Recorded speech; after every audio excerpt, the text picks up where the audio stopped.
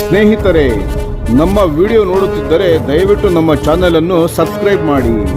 ನಿಮ್ಮ ಬೆಂಬಲವೇ ನಮ್ಮ ಶಕ್ತಿ. ಪ್ರತಿಯೊಂದು ಸಬ್ಸ್ಕ್ರಿಪ್ಷನ್ ನಮ್ಮನ್ನು ಇನ್ನಷ್ಟು ಉತ್ತಮ ವಿಷಯಗಳನ್ನು ತಯಾರಿಸಲು ಪ್ರೇರೇಪಿಸುತ್ತದೆ. ಹಾಗಾಗಿ ಸಬ್ಸ್ಕ್ರೈಬ್ ಮಾಡುವುದನ್ನು ಮರೆಯಬೇಡಿ. ನಮಸ್ಕಾರ ಗೆಳೆಯರೇ, ದೇಶ ಪ್ರೇಮಿಗಳೇ, ನಮ್ಮ ಯೂಟ್ಯೂಬ್ ಚಾನಲ್ಗೆ ಸ್ವಾಗತ ನಿಮಗೆ.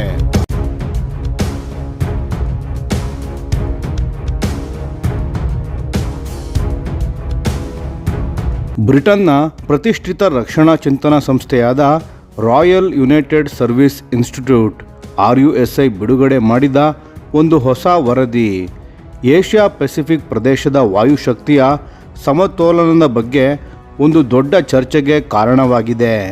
ಈ ವರದಿಗಳ ಪ್ರಕಾರ 2030 ವೇಳೆಗೆ ಚೀನಾದ ಪೀಪಲ್ಸ್ ಲಿಬರೇಷನ್ ಆರ್ಮಿ ಏರ್ಫೋರ್ಸ್ ಸುಮಾರು 1,000 J-20 5ನೇ ತಲೆಮಾರಿನ ಸ್ಟೆಲ್ತ್ ಫೈಟರ್ ಜೆಟ್ಗಳನ್ನು ಕಾರ್ಯಾಚರಣೆಗೆ ತರಲಿದೆ. ಇದು ಒಂದು ಸಣ್ಣ ಸಂಖ್ಯೆ ಅಂತೂ ಅಲ್ಲ. 2025ರಲ್ಲೇ ವರ್ಷಕ್ಕೆ ಸರಾಸರಿ 120 J-20 ಯುದ್ಧ ವಿಮಾನಗಳ ಉತ್ಪಾದನೆಗೆ ಚೀನಾ ತಲುಪಲಿದೆ ಎಂದು ವರದಿ ಹೇಳುತ್ತದೆ. ಈ ಅಂದಾಜು ಮೊದಲ ಬಾರಿ ಬಂದಿರುವುದಲ್ಲ. 2024ರಲ್ಲಿ ಖ್ಯಾತ ರಕ್ಷಣಾ ವಿಶ್ಲೇಷಕ ಅಬ್ರಹಾಂ ಅಬ್ರಾಮ್ಸ್ ತಮ್ಮ Chinese stealth fighter the J-20 mighty dragon ಪುಸ್ತಕದಲ್ಲಿ ಕೂಡ 1000ಕ್ಕೂ ಹೆಚ್ಚು J-20 ಯುದ್ಧ ವಿಮಾನಗಳ ಉತ್ಪಾದನೆ ಸಾಧ್ಯ ಎಂದು ಹೇಳಿದ್ದರು. ಇಂದು J-20 ಉತ್ಪಾದನೆಯ ಪ್ರಮಾಣ ಅಮೆರಿಕಾದ F-35 ಮತ್ತು ಚೀನಾದ J-16 ಯುದ್ಧ ವಿಮಾನಗಳೊಂದಿಗೆ ಒಂದೇ ಲೀಗ್ನಲ್ಲಿ ನಿಂತಿದೆ. ಆದರೆ ಇಲ್ಲಿ ಒಂದು ಪ್ರಮುಖ ವ್ಯತ್ಯಾಸವನ್ನು ಕಾಣಬಹುದು. F-35 ಯುದ್ಧ ವಿಮಾನವನ್ನು ವಿಶ್ವದ 12ಕ್ಕೂ ಹೆಚ್ಚು ದೇಶಗಳಿಗಾಗಿ ನಿರ್ಮಿಸಲಾಗುತ್ತಿದೆ. ಆದರೆ J-20 ಯುದ್ಧ ವಿಮಾನವನ್ನು ಸಂಪೂರ್ಣವಾಗಿ ಚೀನಾದ ಏರ್ಫೋರ್ಸ್ಗೆ ಮಾತ್ರ ಮೀಸಲಿಡಲಾಗಿದೆ. ಬ್ರಿಟನ್ನ RUSI ವರದಿ ಮತ್ತೊಂದು ಅಂಶವನ್ನು ಬಹಳ ಸ್ಪಷ್ಟವಾಗಿ ಹೇಳುತ್ತದೆ. ಅದೇನೆಂದರೆ PLAAF ಮತ್ತು PLANAF ತರಬೇತಿ ಮಟ್ಟದಲ್ಲಿ ಭಾರೀ ಗುಣಾತ್ಮಕ ಏರಿಕೆಯನ್ನು ಕಂಡಿದೆ. ಇಂದು J-16 ಮತ್ತು J-20 ಫ್ಲೀಟ್ನ ಪೈಲಟ್ಗಳು ಫೈಟರ್, ಬಾಂಬರ್, ಟ್ಯಾಂಕರ್, ಎವಾಕ್ಸ್ ವಿಮಾನಗಳೊಂದಿಗೆ ಸಂಯೋಜಿತ ವಾಸ್ತವಿಕ ಯುದ್ಧ ಅಭ್ಯಾಸಗಳನ್ನು ನಿಯಮಿತವಾಗಿ ನಡೆಸುತ್ತಿದ್ದಾರೆ. ಈ ತರಬೇತಿಗಳು ವಿಶೇಷವಾಗಿ ತೈವಾನ್ನ ಸುತ್ತಮುತ್ತ ಹಾಗೂ ಸೀ ಆಫ್ ಜಪಾನ್ ಪ್ರದೇಶದಲ್ಲಿ ನಡೆಯುತ್ತಿವೆ ಎಂಬುದು ಗಮನಾರ್ಹವಾಗಿದೆ. ಇದಕ್ಕೆ ಜೊತೆಗೆ ಚೀನಾದ ಏರ್ ಟು ಏರ್ ಕ್ಷಿಪಣಿ ತಂತ್ರಜ್ಞಾನದಲ್ಲಿ ಕಂಡುಬಂದ ಪ್ರಗತಿ ಕೆಲವು ಸಂದರ್ಭಗಳಲ್ಲಿ ಅಮೆರಿಕಾದ ಏರ್ಫೋರ್ಸ್ಗಿಂತಲೂ ಮುನ್ನಡೆ ನೀಡಿದೆ ಎಂದು ವರದಿ ಹೇಳುತ್ತದೆ. J-20 ಯುದ್ಧ ವಿಮಾನವು ಮೊದಲ ಬಾರಿಗೆ ಜನವರಿ 2011ರಲ್ಲಿ ಹಾರಾಟ ನಡೆಸಿತ್ತು. ಆಶ್ಚರ್ಯದ ವಿಷಯವು ಏನೆಂದರೆ ಕೇವಲ 6 ವರ್ಷಗಳಲ್ಲಿ ಸೇವೆಗೆ ಪ್ರವೇಶವನ್ನು ಪಡೆದುಕೊಂಡಿದೆ. ಅಮೆರಿಕ ಮತ್ತು ರಷ್ಯಾದ ಸ್ಟೆಲ್ತ್ ಫೈಟರ್ಗಳಿಗಿಂತ ಬಹಳ ವೇಗವಾಗಿ. ಇತ್ತೀಚೆಗೆ ಬಿಡುಗಡೆಯಾದ ವಿಡಿಯೋಗಳಲ್ಲಿ twin WS-15 next generation turbofan ಇಂಜಿನ್ಗಳೊಂದಿಗೆ J-20 ಯುದ್ಧ ವಿಮಾನಗಳ ಸರಣಿ ಉತ್ಪಾದನೆ 2025ರ ಕೊನೆಯಲ್ಲಿ ಪೂರ್ಣಗೊಂಡಿದೆ ಎಂಬುದು ದೃಢಪಟ್ಟಿದೆ. ಈ WS-15 ಇಂಜಿನ್ಗಳು J-20ಗೆ ಹೆಚ್ಚು ರೇಂಜ್, ಉತ್ತಮ ಫ್ಲೈಟ್ ಪರ್ಫಾರ್ಮೆನ್ಸ್, ಆನ್ಬೋರ್ಡ್ ಸಿಸ್ಟಮ್ಗಳಿಗೆ ಹೆಚ್ಚುವರಿ ಪವರ್ ಎಲ್ಲವನ್ನೂ ನೀಡುತ್ತವೆ. ಇದು ಪಶ್ಚಿಮದ ಫೈಟರ್ಗಳಿಗೆ ದೊಡ್ಡ ಸವಾಲಾಗಿ ಪರಿಣಮಿಸಿದೆ. ಇತ್ತೀಚೆಗೆ ಕಂಡುಬಂದ ಅತ್ಯಂತ ಹೈ ರಿಸ್ಕ್ ಮಿಷನ್ ಒಂದರಲ್ಲಿ J-20 ಯುದ್ಧ ವಿಮಾನವು ಒಂದು ತೈವಾನ್ ದ್ವೀಪದ ಮೇಲೆ ಹಾರಾಟ ನಡೆಸಿ ಅಲ್ಲಿನ ROC ಏರ್ಫೋರ್ಸ್ನಿಂದ ಇಂಟರ್ಸೆಪ್ಟ್ ಆಗದೆ ತಪ್ಪಿಸಿಕೊಂಡಿದೆ ಎಂಬ ವರದಿಗಳು ಕೂಡ ಹೊರಬಂದಿವೆ. ಈ ವೇಗದ J-20 ಯುದ್ಧ ವಿಮಾನಗಳ ವಿಸ್ತರಣೆ ಪೆಸಿಫಿಕ್ ಪ್ರದೇಶದ ಶಕ್ತಿ ಸಮತೋಲನವನ್ನು ಚೀನಾದ ಪರವಾಗಿ ತಿರುಗಿಸುತ್ತಿದೆ. ಪಶ್ಚಿಮದ ಪಾಳೆಯದ ಅತ್ಯಾಧುನಿಕ ಯುದ್ಧ ವಿಮಾನವಾದ F-35 ಅಮೆರಿಕ ಹಾಗೂ ಇಟಲಿ, ನೆದರ್ಲ್ಯಾಂಡ್ಸ್ ಸೇರಿದಂತೆ ಹಲವು ದೇಶಗಳಿಂದ ಇಲ್ಲಿ ನಿಯೋಜಿಸಲ್ಪಟ್ಟಿದ್ದರೂ ಅದು ಏರ್ ಟು ಏರ್ ಯುದ್ಧಕ್ಕೆ J-20ಗೆ ಹೋಲಿಸಿದರೆ ಕಡಿಮೆ ಆಪ್ಟಿಮೈಸ್ ಆಗಿದೆ. J-20ಗಿಂತ ಅರ್ಧದಷ್ಟು ರೇಂಜ್, ಕಡಿಮೆ ಮಿಸೈಲ್ ಕ್ಯಾರಿಂಗ್ ಸಾಮರ್ಥ್ಯ, ಚಿಕ್ಕ ರೆಡಾರ್, ಸಂಯಮಿತ ಫ್ಲೈಟ್ ಪರ್ಫಾರ್ಮೆನ್ಸ್.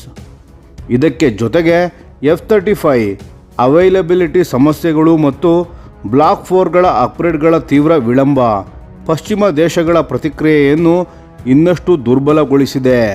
2030ರ ಆರಂಭದಲ್ಲಿ ಚೀನಾ ವಿಶ್ವದ ಮೊದಲ 6th ಜನರೇಷನ್ ಫೈಟರ್ ಜೆಟ್ ಅನ್ನು ಸೇವೆಗೆ ತರುವ ಸಾಧ್ಯತೆಯೂ ಕೂಡ ಇದೆ. ಅದರ ಪ್ರೊಟೋಟೈಪ್ ಫ್ಲೈಟ್ ಟೆಸ್ಟಿಂಗ್ 2024ರಲ್ಲೇ ಆರಂಭವಾಗಿದೆ. ಇದರಿಂದ ಭವಿಷ್ಯದಲ್ಲಿ J-20 ಉತ್ಪಾದನೆ ಕಡಿಮೆಯಾಗಬಹುದು ಅಥವಾ ಸಂಪೂರ್ಣ ನಿಲ್ಲಬಹುದು.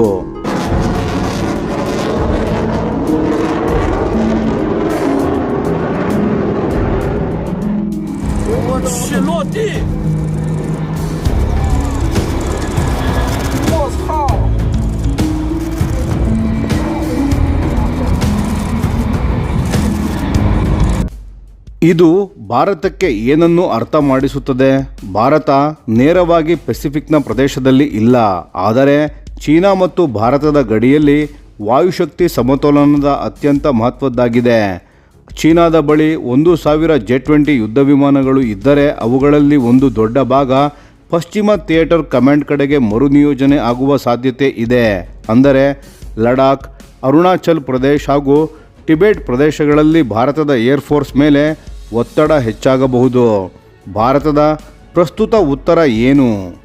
ಭಾರತದ ಬಳಿ ರಫೇಲ್ ಫೈಟರ್ ಜೆಟ್ ಅತ್ಯುತ್ತಮ 4.5ನೇ ತಲೆಮಾರಿನ ಫೈಟರ್ ಜೆಟ್ ಇದೆ ಹಾಗೂ ತೇಜಸ್ MK-1A ಮತ್ತು MK-2ಗಳು ಮುಂದೆ ಬರಲಿವೆ. AMCA ಆಮ್ಕಾ ಭಾರತದ ಸ್ವದೇಶಿ 5ನೇ ತಲೆಮಾರಿನ ಯುದ್ಧ ವಿಮಾನದ ಪ್ರಾಜೆಕ್ಟ್ ವೇಗವಾಗಿ ಸಾಗಬೇಕಾಗಿದೆ. ಆದರೆ ಸತ್ಯವು ಏನೆಂದರೆ J-20 ಒಂದು ಪೂರ್ಣ ಪ್ರಮಾಣದ 5ನೇ ತಲೆಮಾರಿನ stealth air superiority fighter jet ಆಗಿದೆ. ಅದನ್ನು ಎದುರಿಸಲು ಭಾರತಕ್ಕೆ AMCA ಪ್ರಾಜೆಕ್ಟ್ಗೆ ಅತ್ಯಂತ ವೇಗವನ್ನು ನೀಡಬೇಕಾಗಿದೆ ಹಾಗೂ ಸ್ವದೇಶಿ ಯುದ್ಧ ವಿಮಾನಗಳ ಇಂಜಿನ್ನ ಅಭಿವೃದ್ಧಿಯೂ ಆಗಬೇಕು ಹಾಗೂ AESA ರೆಡಾರ್ ಮತ್ತು long range air to air ಮಿಸೈಲ್ಗಳು ಅತ್ಯಂತ ಅಗತ್ಯವಾಗಿದೆ. ಭಾರತದಲ್ಲಿ ಒಂದು ದೊಡ್ಡ ಲಾಭ ಕೂಡ ಇದೆ. ಕಂಬ್ಯಾಟ್ ಎಕ್ಸ್ಪೀರಿಯನ್ಸ್, ಡೈವರ್ಸಿಫೈಡ್ ಫ್ಲೀಟ್ ಮತ್ತು ಬ್ಯಾಲೆನ್ಸ್ಡ್ ಡಾಕ್ಟ್ರೇನ್. ಚೀನಾದ ಸಂಖ್ಯೆಗಳ ಮೇಲೆ ನಂಬಿಕೆ ಇಡುತ್ತದೆ.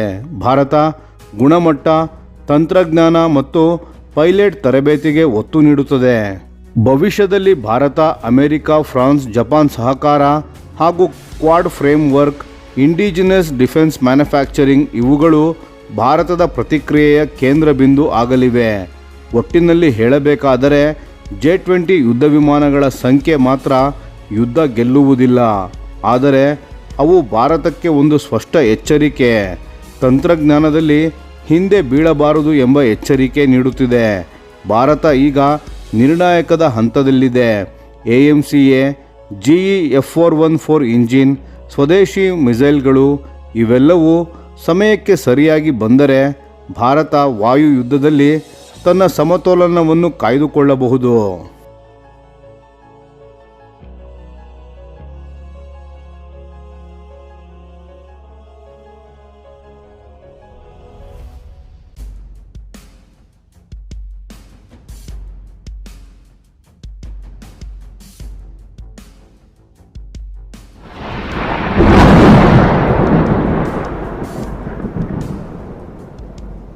ಈ ವಿಡಿಯೋ ನಿಮಗೆ ಇಷ್ಟವಾಗಿದ್ದರೆ ಲೈಕ್ ಮಾಡಿ ಮತ್ತು ನಮ್ಮ ಚಾನೆಲನ್ನು ಸಬ್ಸ್ಕ್ರೈಬ್ ಮಾಡಿ ಹಾಗೂ ಬೆಲ್ ಐಕಾನ್ ಒತ್ತಿ. ಯಾವ ಅಪ್ಡೇಟ್ಗೂ ಮಿಸ್ ಆಗಬೇಡಿ. ಡಿಫೆನ್ಸ್ ಸುದ್ದಿಗಳನ್ನು ತ್ವರಿತವಾಗಿ ಪಡೆಯಿರಿ. ನಿಮ್ಮ ಬೆಂಬಲವೇ ನಮ್ಮ ಶಕ್ತಿ. ಭಾರತ ಬಲಿಷ್ಠವಾಗಲಿ ಎಂದು ಆಶಿಸುತ್ತಾ ಭಾರತ ಮಾತೆಗೆ ಜೈ. ಧನ್ಯವಾದಗಳು.